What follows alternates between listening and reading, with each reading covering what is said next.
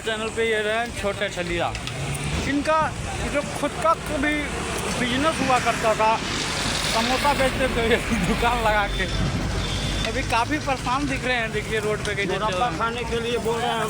इनको आप देखिए, इनकी दादा की फैक्ट्री थी चड्डी की दुबई में। अभी वो फैक्ट्री में काफ़ी लॉस होने के कारण फैक्ट्री बेचना पड़ गया। और इनको देखिए, तो क्या कहते हैं आप दोस्तों, ये देखिए सारी गाड़ी लगी हुई हैं रोड पे।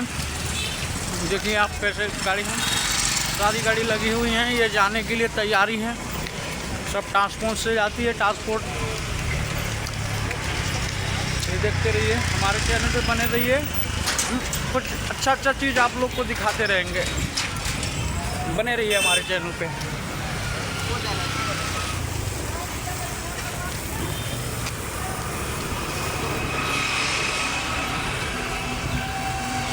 काफ़ी तेज़ी से हम लोग चल रहे हैं। देखिए एक बार पैदल तो हैं, लेकिन बहुत दूर है। काफ़ी सफ़र करने के बाद देखो कब तक पहुंचते हैं रूम तक, कोई भरोसा नहीं। 1 घंटा हो जाए, 1.5 घंटा भी हो सकता है।